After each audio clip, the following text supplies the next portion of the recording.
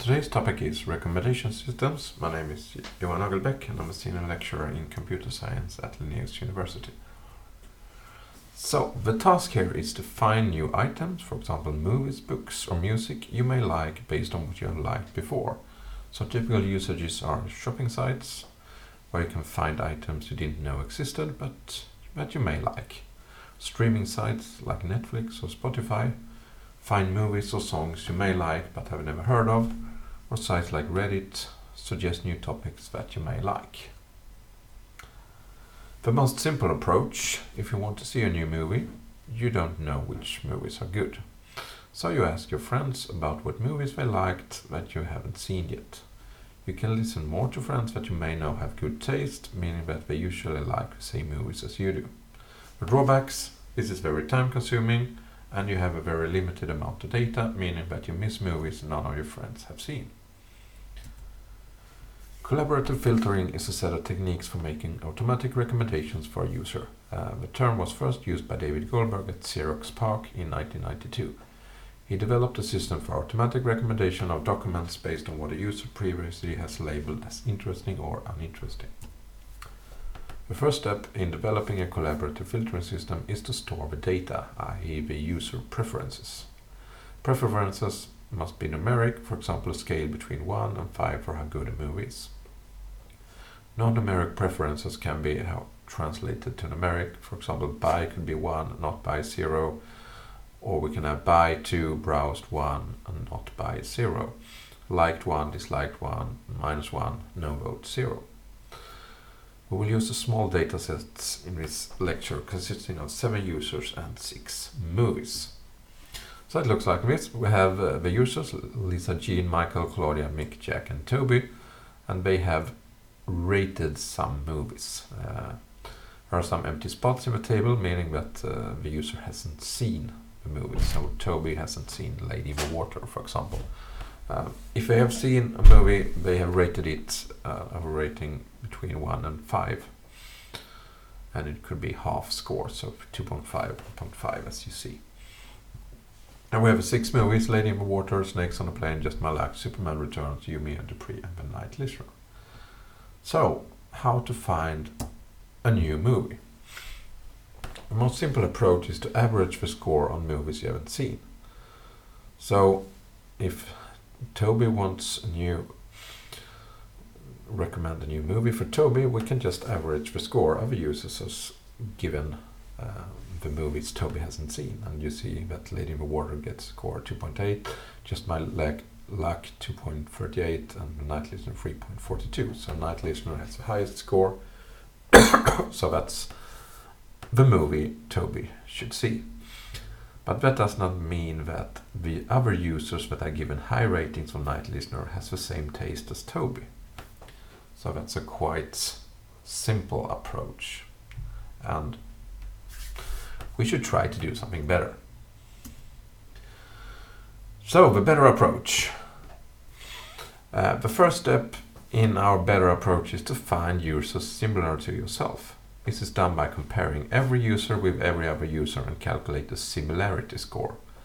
There are many ways to calculate similarity, but here we will take a look at 2 of them: Euclidean distance and Pearson correlation. For Euclidean distance, we can see the similarity between 2 movies, Snakes on a Plane and You, Me and Dupree, and we can plot the different users and their ratings they have given for these 2 movies in a 2-dimensional diagram.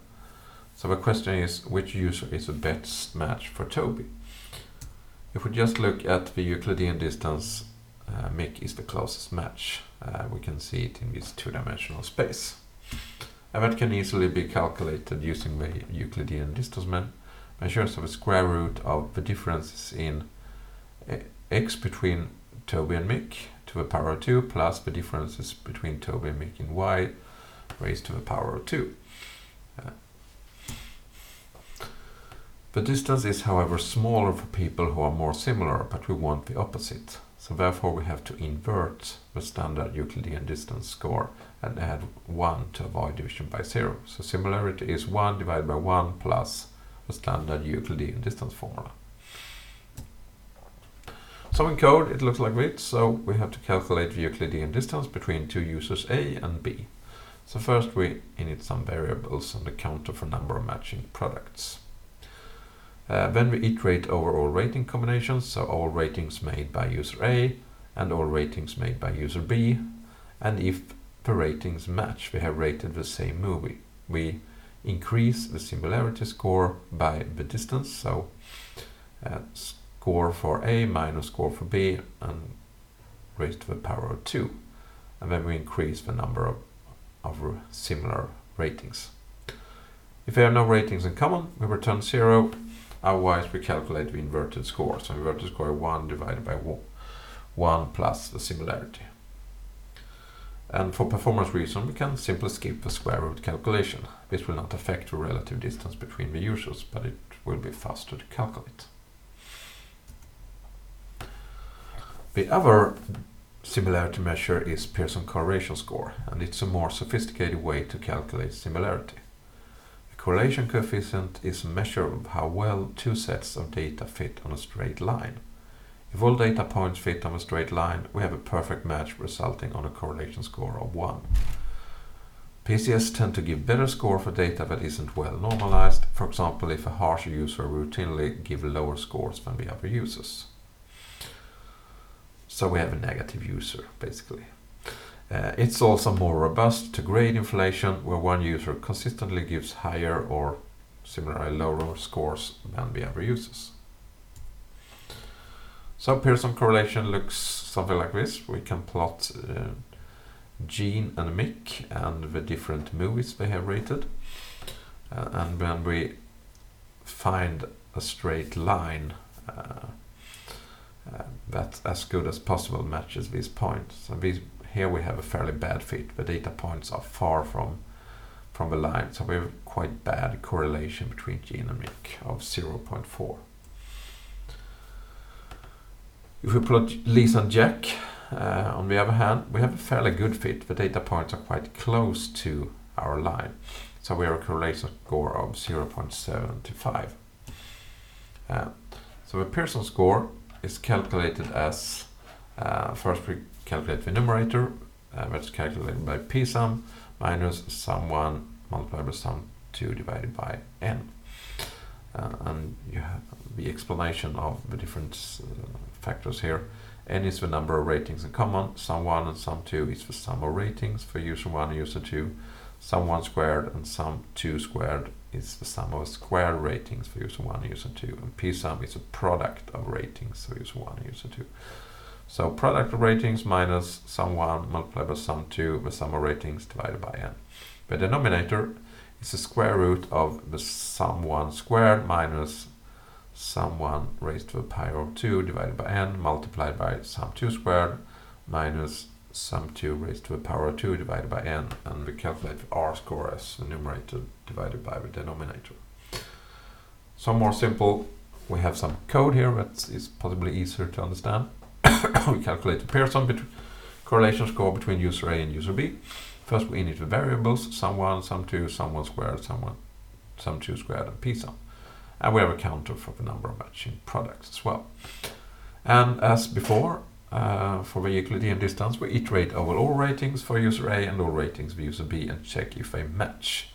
And if a match, we calculate sum1 as we increase it with the score A was given, the actual movie, the rating, and we increase sum2 with the user B score, and sum1 squared, sum2 squared is increased by the scores raised to the power of 2. And p-sum is increased by the score for user A multiplied by the score for user B, and then we increase the number of ratings. If we have no ratings in common, we return 0, otherwise we calculate the Pearson. And as in the formulas, the numerator is p-sum minus sum1 multiplied by sum2 divided by n. The denominator is the square root of sum1 squared minus sum1 raised to the power of 2 divided by n multiplied by sum2 squared minus sum2 raised to the power of 2 divided by n, and then we return the numerator divided by the denominator. So our first task is to find the top 3 matches for a user. And this can be done as follows. We calculate the similarity score between the user and all other users, and we store the scores in a list. And we sort the list in descending order with the highest scores first and return the first 3 entries to the list. So if we do that for example data set, it will look like this. So if we calculate the three top matching users for the user Toby, we get Mick with a score of 0.3077. Mike is on second place with a score of 0.2857. And similarly, if we calculate the matching users for Toby with Pearson correlation score instead, suddenly Lisa is the best match with 0.9912, and Mick is on second place with 0.9245, and so on. So there will be some differences in the top matching users depending on what similarity score we use. So which one should we use? Which similarity metric should we use? There are many other metrics than the two we have mentioned. We can use Manhattan distance, Jaccard coefficient, and so on. And there is no universal answer to which one is the best to use. It depends on the application. But we should at least try Euclidean and Pearson to see which one works best in the specific case. Now that we know which users are similar to our user, Toby, we can use that to find recommended movies. So first step, finding similar users. We have already covered that, but what we really want to know is a movie recommendation. And to do this, we need to calculate a weighted score for each user and movie. And the task here is to find a movie recommendation for Toby. We start by creating a table with user similarities and weighted rating scores. So here we have a table. We have the users, and the task is to find a movie recommendation for Toby. So of course Toby is not included, and then we have all the movies that Toby hasn't seen. So Night Listener, Lady, and Luck, the three he hasn't seen. And when we fill in the similarities between Toby and the other users, so Toby and Lisa are 0.99, Toby and Jens 0.38, Toby and Mike in this case as -1 if we use Pearson similarity. So we don't include Mike in the actual calculations. We don't include the users that have a similarity score of 0 or below. And similarly from Claudia, Mick, and Jack. Then we fill in the ratings the other users have given for different movies. So the Night Listener has Lisa given 3, Jean 3, Mike is not included, Claudia 4.5, and so on. And the weighted score is simply the rating multiplied by the similarity. And when we fill in the weighted score for all our 3 movies. And then we have done that, we calculate the sum of a weighted score. So we just sum up all these weighted scores, Mike not included, and the sum is presented here, 12.89 for Night Listener, 8.38 and 8.07. And when we calculate the sum of similarities, so this is the sum of similarities for all the users that were rated for movie, so 0.99, 0.38, 0.89, 0.99, 0.66, and so on. And finally, we divided the sum of the weighted scores by the sum of the similarities, and we get 3.35, 2.83, 2.53. And now we're done. The Night Listener has the highest score, and it is the top recommendation for Toby. So still Toby wants to see the Night Listener, but here we have, compared to the most simple approach, we have included a similarity between other users. So users that are more like Toby have more influence on what Toby shall see next. And the same table using Euclidean distance as similarity score. Now Mike is included since similarity is not 0 or below when Euclidean distance is used. It's positive distances. And similarly, we fill in the similarity scores, the ratings, calculate the weighted scores, sum the weighted scores, sums the similarities, and then calculate the sum of a weighted score divided by the sum of the similarities, and we get the final score. So Night Listener is still the top recommendation for Toby. And if you do it in a web application, which is a requirement for assignment 1, it's an example of how it can look like when we have implemented it. So we select the user in a drop-down list, we select the similarity scores, number of results, find recommended movies, and we get a list of the recommended movies for Toby. So, another task. What if we want to find matching movies instead of finding matching users, which we already done? It's possible to find top matching movies for a movie, but to do this we need to transpose the dataset so movies replace users. So from what we already done, we have Lisa and a list of the movies and recommendations for Lisa. We transform it so we have the movies and a list of the user recommendations for that movie. So it looks like this. Here is the original dataset as we had it, and then we have transposed it so the rows are now the users and the columns are the movies, and then the numbers are the same. So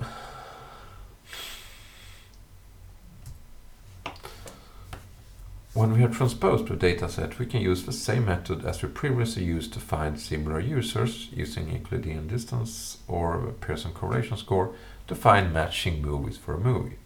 So the movie Superman returns, and 4 results, find top matching movies, and this is what we get. Snakes on a Plane, Night Listener, Lady in the Water, Just My Luck, and the scores.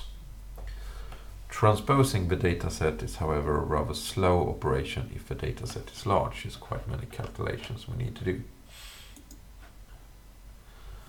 To find recommendations for a user, the approach we have used so far requires calculating similarity between a user and all other users. That's what we previously did. And this approach is called user-based collaborative filtering. And this works well for small datasets, but will be very ineffective for large datasets. Also, if there are many users, there is most likely very little overlap between most users. So there is another approach we can use, and it's called item-based collaborative filtering. We can make an assumption that the comparison between movies will not change as much as comparisons between users. So movies that are quite in the same genre will most likely not change in similarity very much, but users can change quite a lot when users look at new movies, etc. So we can therefore pre-calculate and store the top n matching movies for each movie in a new dataset. And this requires that we use the transposed dataset so we can find top matching movies for each movie. We can then use the pre-generated dataset to find recommended movies. So now similarity between users are not involved at all. Instead, we use the pre-calculated similarity score between movies and generate a similar table. So we have a table. We have the movies that Toby hasn't seen. Snakes, Superman, and Dupree. First, we fill in the similarity between the movies using the pre-generated matching movies table. So we have ratings for Toby. We have similarities for Night Listener and Snakes, for Night Listener and Superman Returns, etc. So we have similarities between movies here that we can get from the transposed dataset. So our first row is similarity between Snakes on the Plane and the other 3 movies here. And that we get from checking the similarity using the transposed dataset on Snakes on the Plane, and find top matching movies.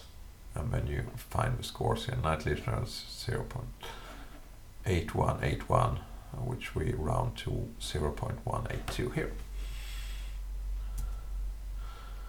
And then we calculate the sum of the weighted ratings and similarities. So we calculate the similarity multiplied by the ratings, and this is what we get for weighted ratings, and we sum the weighted ratings, we sum the similarities, and then we divided the sum of the weighted ratings by the sum of the similarities, and we get a score of 3.183 here for Night Listener. So Night Listener is still the recommended movie for the user Toby. And if we compare the two, the results from user-based and item-based collaborative filtering differ slightly. So if we use the user Toby, on user-based we get these results, and if we have a user Toby item-based we get these results. We see that there are some differences. Night Listener is still the top, but Lady in the Water is on second place in user-based and third place in item-based. And the scores differ slightly as well. But the Night Listener is still the top recommended movies for user Toby. So which one should we use, user-based or item-based? Getting a list of recommendations is faster for item-based for large datasets. The drawback is that the similar items table must be generated and updated regularly, which is a very slow operation. Item-based is usually more accurate on sparse datasets, meaning datasets with little overlap between users. Our dataset is however dense and is rather small. Every user has rated nearly every movie. We can also try this out on a real-world dataset, and a good one is the GroupLens dataset from the GroupLens project at University of Minnesota.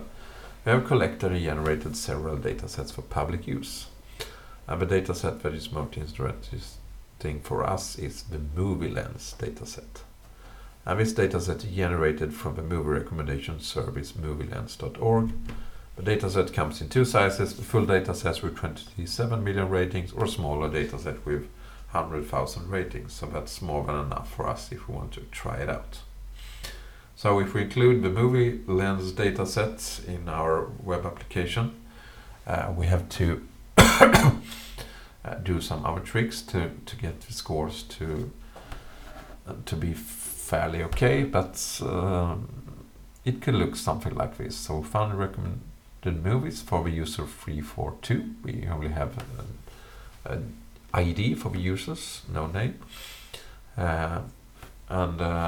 You see that for Euclidean, the user should watch Wallace and Gromit with a score of 4.582. And for Pearson, Shawshank Redemption is the top movie with a score of 4.5663. So that's all I had to say about recommendation systems. Thanks for listening.